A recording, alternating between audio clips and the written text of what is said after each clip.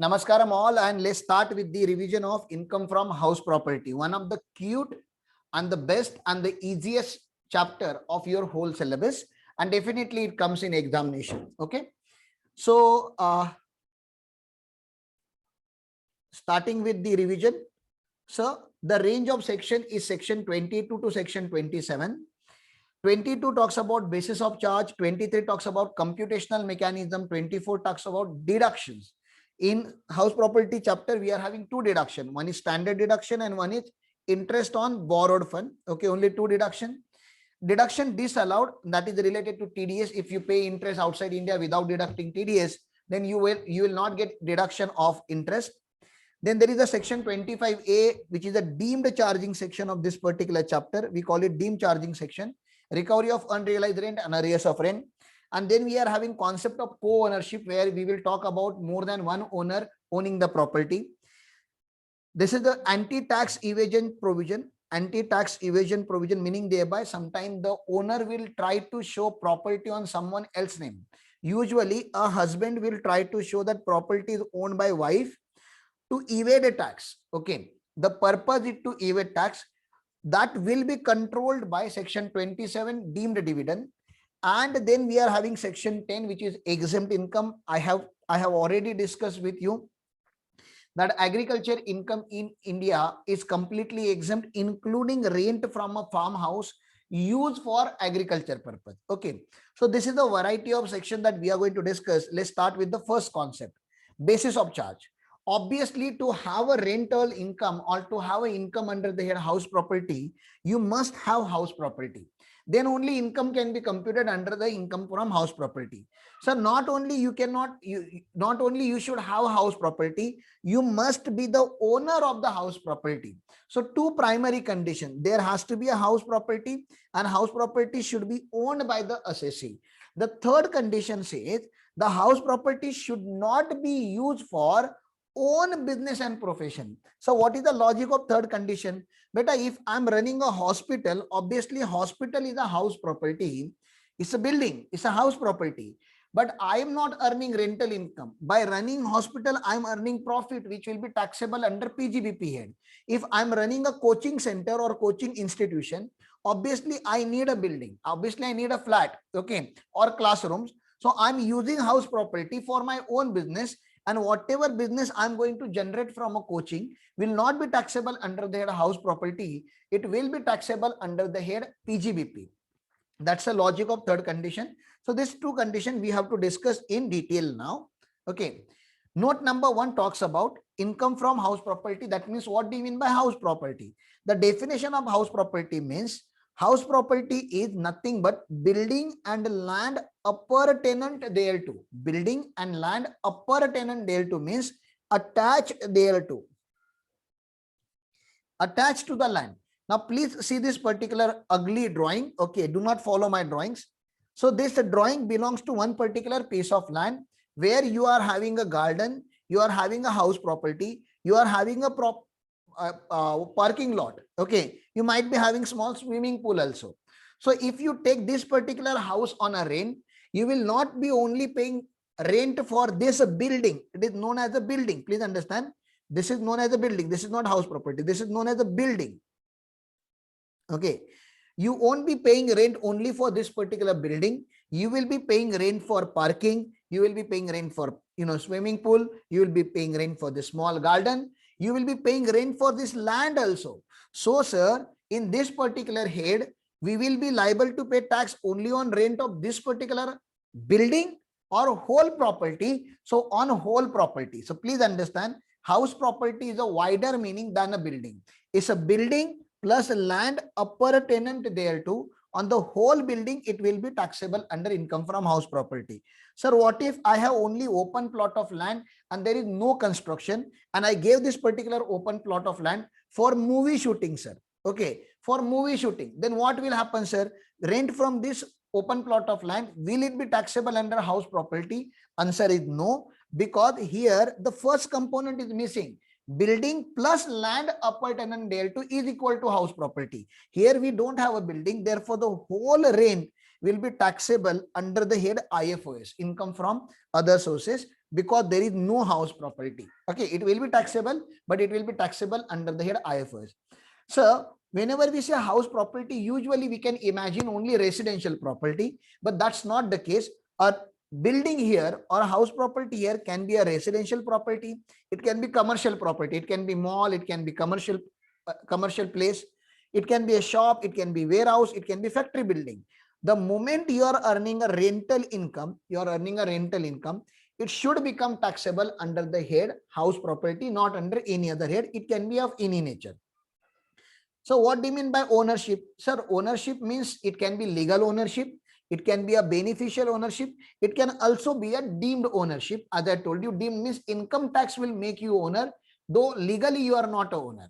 Okay. And then there is the subletting concept. So what is the concept of subletting? This owner has given property to this tenant. Okay. This house property was given here. Obviously, tenant is paying rent to the owner. When tenant pays a rent to the owner, in the hands of this owner, rent from house property is income from house property. Why, sir? Look at the three conditions. There should be the house property. Yes, sir, there is the house property. Secondly, the assessee should be the owner of the property. Yes, sir, assessee is the owner of the property. Third condition, such house property should not be used for own business or profession. Yes, sir, it is not used for own business and profession. When all three conditions are complied, income will be assessed under IFHP. But this tenant smartly, he has given the property on a subletting, maybe at higher rate. He has taken the property on 12,000 rupees per month rent. He has given it on subletting to subtenant. Okay. We call it this particular guy as a subtenant. It's not subletting here. It is subtenant. Okay. So here the transaction is subletting. Now this subtenant will pay rent of house property to tenant. This is also a rent of house property, but it will not become taxable in the hands of this particular tenant under the head IFHP, but it will be taxed under the head IFOS. Sir, what is the reason? This is also a rent of house property only, right? But one condition is not satisfied, and that is assessee is not a owner.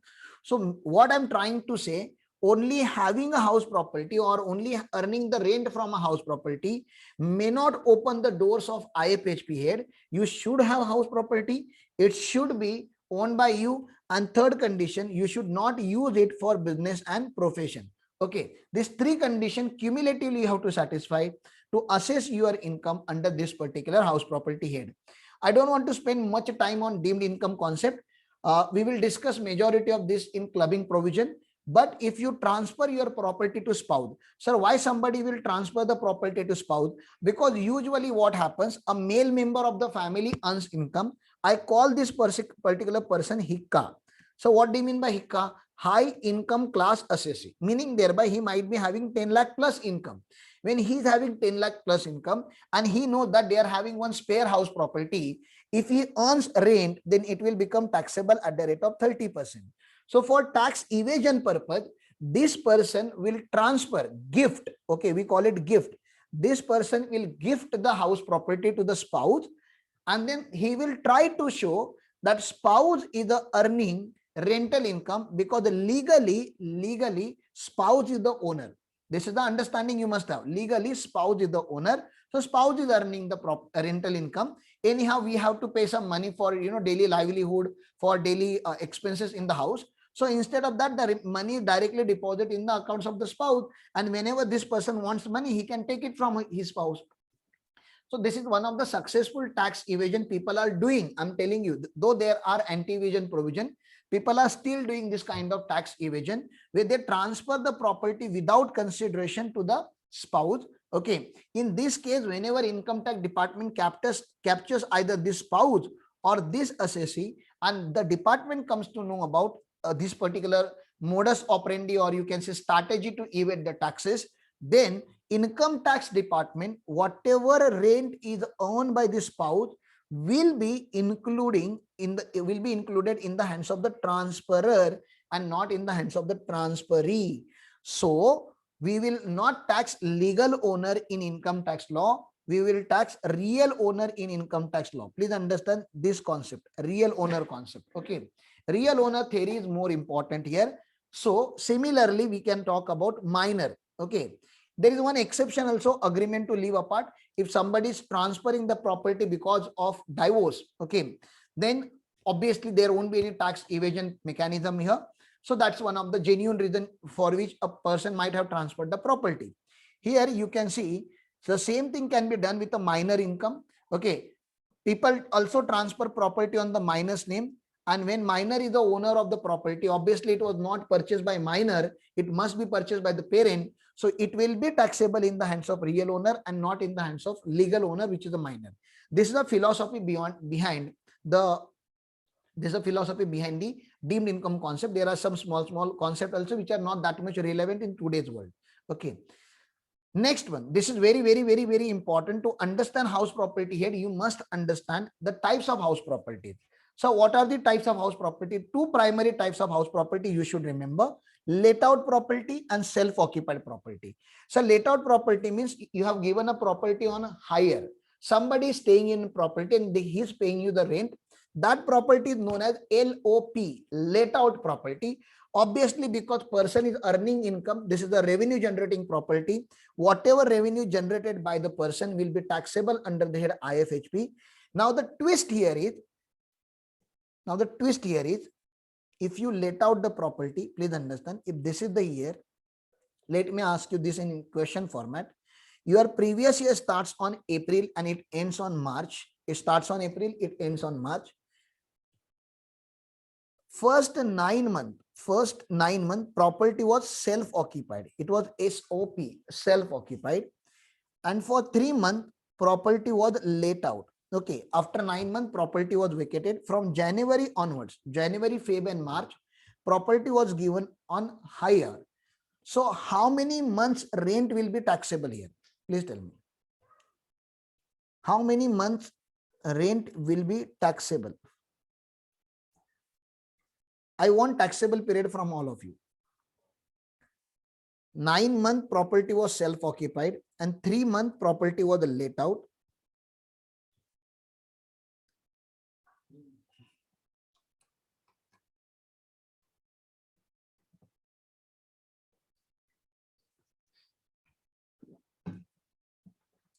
Your answer is 3 months, which is wrong. Okay. A 12-month rent will be taxable. Yes, Pasha Bhai, your answer is right. 12-month rent is taxable, not 3 months. Sir, why are you saying so? Because let me tell you background of house property head so that you will understand and appreciate the whole head. We are having 5 heads of income. Income from salary. Majority earning population in India are having salary income. So definitely income from salary head should be there. Then we are having PGBP head. Obviously, PGBP head is having a lot of calculations, depreciation, allowance, disallowance. So that also have a very important in income, highly important chapter of income tax law. Capital gain chapter is one of the exceptional chapter because you sell your properties and it is not a regular thing to sell the properties. So capital gain chapter is also unique chapter. We need to have the existence. And then all the incomes which are not taxable under the salary head, PGBP head, capital gain head can be taxed under the head IFOS. So here we can tax interest income, dividend income, gift income. Don't you think we can also tax rental income in IFOS head? Hello? We can tax rental income also in IFOS head, no? It was very easy. Okay, you tell me the answer of this question. If I have one house property and I have given it on the rent of 20,000 rupees per month, what will be my income from house property, or what will be my annual value? Okay, not net income, annual value of this particular property. Please tell me. If I have given my property, house property on 20,000 rent per month, then what, according to you, what will be my annual income? 2,40,000. Pasha Bhai has said 2,40,000. Other people, please, you also reply. Hey, don't be afraid of giving wrong answer. Just tell me. If 2,40,000, no, there is no other possible calculation. 2,40,000. Now, my second question to all of you. You took hardly fraction of seconds to compute 2,40,000. Do you think, please understand, yeah, there will be some deductions and all. I'm not talking about deductions right now. Yeah, 30% deductions will be there. Do you think to compute 2,40,000, do you need a complete dedicated head of income? Hello? A dedicated head? Can't we compute this in income from other sources if it was a 2-line calculation, including deductions line? Hello? If it was only 2-3 line calculation, do you need a dedicated head of income for that? Please give your opinion. If it was this simple, to compute income from house property, we seriously did not need a dedicated head, because interest is also little complicated. Dividend taxation is also complicated. Gift taxation is also complicated. If income from other sources can handle this kind of incomes, obviously rent could be covered under income from other sources. Why do we need a dedicated head for house property? The reason behind that is, whenever we talk about rental income, income tax assumes, by default, income tax assumes that assessee is the tax evader. Hello, assessee is the tax evader. Assessee tax ka chor hai, tax chor. And practically also you can confirm this. You tell me, whoever is earning rental income around you, maybe it is your parents or your uncle or your friends or your neighbors, whoever is earning rental income, do you think they are showing it to income tax department genuinely? Please observe, please think about it. Whoever is earning rental income in Mumbai around your house, are they showing this rental income to income tax department? And answer is no. This is practically, I'm telling you, I can say it on a recorded platform. Majority, maybe more than 90% people in house property head are actually a tax evader, and therefore government have created a head, a complete head of income. Income from house property head, the whole head is based on concept of tax, anti-tax evasion. Okay, because people evade tax, there is the anti-tax evasion. So when I have asked you this question, I have let out I was occupying this property for 9 months, and it was let out for 3 months. Government says, see, we don't trust you. We don't trust you whether it was let out for 3 months or not. We will compute income from house property for full year, Now, how do they compute, sir, for full year? Now there is a mechanism, no? Sir, what is the mechanism to compute full year income? Mechanism is, they say, we will compare municipal value with fair rent. Do you remember this from your intermediate? Municipal value we will compare with fair rent. Then we will take whichever is higher number. Okay, out of these two, we will take whichever is higher. Let me put number instead of XX, otherwise you people will get confused. If my municipal value is 5 lakh rupees and my fair rent is 8 lakh rupees, whichever is higher number becomes 8 lakh rupees.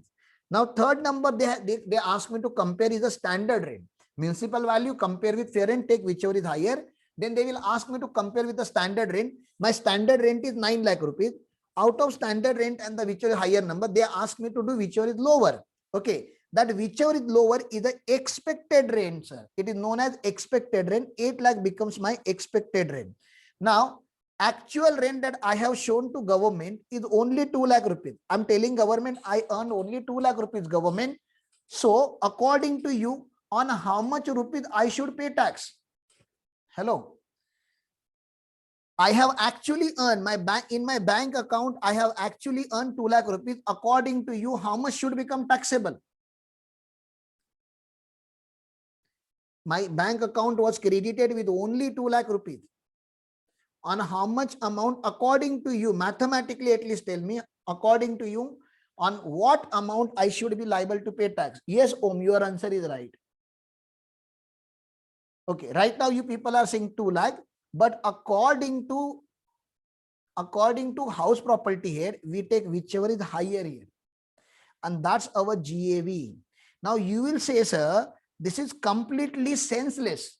somebody has earned income 2 lakh rupees, but government is asking him to pay tax on 8 lakh rupees. Obviously, there is further calculation, but the base is 8 lakh rupees. So how is it possible? You tell me, in your society, same house, you're like, if you're talking about 102, this is 103. If flat 103 can earn 8 lakh rupees, 8 lakh rupees rent, don't you think 102 should also earn 8 lakh rupees? Hello. If 108 is earning 8 lakh rupees, then 102 should also, this flat is should also, you are just the next house, that should also. Then, so why person is taking 2 lakh rupees? Obviously, balance 6 lakh is what, my dear friend? Balance 6 lakh is what? Come on, please tell me. Do not hesitate. You know this. Balance 6 lakh is what? No owner will give you a rent below fair rent. No owner. Obviously, they will charge fair rent only. Yes, this is obviously, this is, sir, black money. This is black money. Somehow they must have recovered it. Why will somebody will give you a flat below the fair market value? Yeah, hidden money, obviously. And therefore, government is saying our GAV. See, this is what we expect. This is what you show. We will not take what you show unless and until it is more than what we expect. I hope you understood what I said. I said 8 lakh rupees is expected by government. 2 lakh rupees is shown by you. Government is saying we will take tax on 8 lakh rupees unless and until you show us that your actual rent is more than what we expect. We expect you to earn 8 lakh rupees. If you are earning 12 lakh rupees, we will take tax on 12 lakh rupees. But if you are showing us only 4 lakh rupees, then we will take tax on 8 lakh rupees. Okay. Now please understand this. From GAV, they say we will deduct the municipal tax. Obviously, municipal tax, I'm assuming 50,000 rupees. So 7,50,000 they can deduct. Okay. After deducting municipal tax, it is NAV. From NAV, we have to provide deductions. Okay. Now, so far as house property is concerned, if you are an owner and you have given your house property on rental basis, and this is how you do every year, what type of expenditure you will incur? Come on, please tell me the list of expenditure very quickly. I don't want to waste much time. Please tell me what type of expenditure on house property you usually incur. Come on, please tell me a few examples of expenditures. Repair, very good. Interest charges, then renovation, good. Maybe electrical work, maybe plumbing work, maybe painting work. Okay. All these works that you are getting done, is it from very organized industry? Organized means, will you have a tax invoice, GST invoice from these people who repair your property?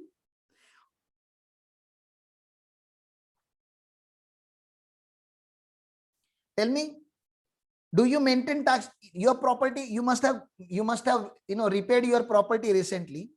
No, don't you think if we allow, imagine if we allow assessee to claim actual expenditure here. Hello. If we allow assessee to claim like the PGBP head, in PGBP head, actual salary paid, actual rent paid, actual electricity paid, we allow them as a deduction. Don't you think if we allow actual expenditure to be deducted from here, assessee will try to show higher expenditure? Hello, is it possible? If we allow actual expenditure, they will claim more amount, isn't it? They will pay only 20,000 rupees, but they will claim 2 lakh rupees. Hello, is it possible? Yeah, sir, it is possible. Therefore, what government said, no actual expenditure in house property head. We will provide them a standard deduction. So what do you mean by standard deduction? No more, no less. By default, you will get 30% deduction every year. Whether you have incurred expenditure, whether you have incurred less expenditure, whether you have incurred more expenditure, every year you will get by default standard 30% of NAV as a deduction. So how much is that number? 2,25,000? 7,50,000 into 30%?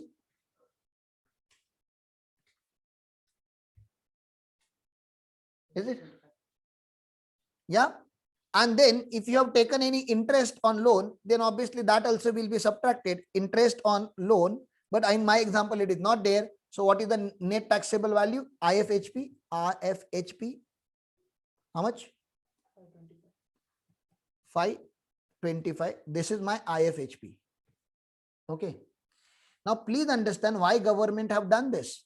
Because our assumption is assessee is a tax evader. Assessee is evading the tax. Therefore, we have income tax have come up with a unique mechanism of computing tax.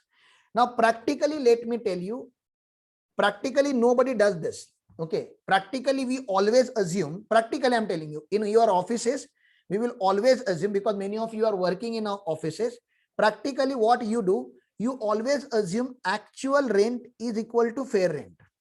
Okay. You always assume this actual rent is equal to fair rent, and therefore it is your GAV. This is the assumption. Tomorrow, if your case is picked up by the department for scrutiny, they may change your actual rent and they will compute the expected rent, and then they will compute income on expected rent and not on actual rent. So usually we do not declare this. This has to be captured by the AO, and therefore people are showing this 2 lakh rupees income shamelessly. But actually this is not a way. Showing 2 lakh rupees income is not a way. You have to do this in this pattern, but nobody does that in a practical life. I'm telling you openly, because everybody likes to save taxes. Nobody likes to pay more taxes. Okay. But yes, department have power to recalculate your income from house property. Hence I'm telling you, whether your property was actually let out for 3 months, whether your property was actually let out for 3 months or 9 months or whole year, we don't know. Income tax is not interested into that. Even if your property is let out for 1 day in a year, even if your property is let out for 1 day in a year, you have to pay tax on GAV, gross annual value, because under income tax head, under the IFHP head, we don't take tax on rent earned by the assessee, but we take tax on rent earning capacity of the property. Rent earning capacity of the property. This is very, very important phrase. We don't take tax on rent, we take tax on rent earning capacity. This is the taxable value, rent earning capacity of the property, a genuine rent earning capacity of the property, and therefore the calculation is complicated, and therefore there are so many concepts that you people have to learn. So then when we call particular property as a SOP property, okay, my discussion about SOP has to wait because this is about to log out. I can take your doubt if you are having any in the discussion that we had till now.